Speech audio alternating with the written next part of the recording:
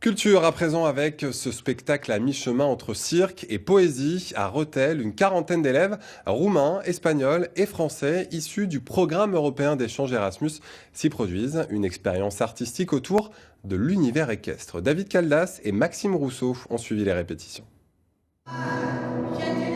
Mi-homme, mi-cheval. Dans la nuit, le corps d'Emilio s'est transformé. Du haut de ses 17 ans, ce lycéen espagnol incarne un rôle, comique parfois, tragique souvent. C'est un personnage très complet. C'est un chaos de sensations. Il y a de la tristesse, de la joie. C'est un personnage très complexe. C'est là que ça se passe. Ouais, mais oui. Répétition générale. André, le metteur en scène, donne ses dernières indications. C'est... Sous ses ordres, une quarantaine d'élèves roumains, espagnols, français, tous issus du programme Erasmus.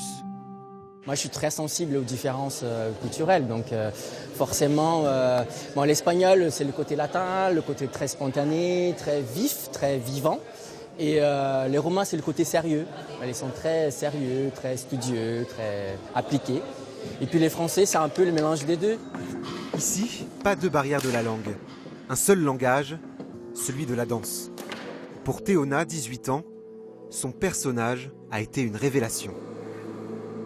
C'est une sensation extraordinaire. C'est une femme pleine de sensualité, d'imagination, de créativité. La femme qui doit être comme une femme fatale, c'est ça. Et tu aimes jouer la femme fatale? Ah oui, j'aime ça, même si je suis un peu timide, mais quand je danse, je me sens libre, c'est ça. Une petite semaine aura suffi pour réaliser ce spectacle, aussi éphémère qu'un rêve. Un rêve que ces jeunes se refusent à oublier. Il y en a certains qu'on a revus au dehors de ce projet et qu'on reverra encore au dehors de ce projet. C'est super, franchement, c'était une magnifique aventure et je souhaite à tout le monde de pouvoir faire ça. Une aventure que le public est invité à partager jusqu'à vendredi au Centre équestre de Rethel.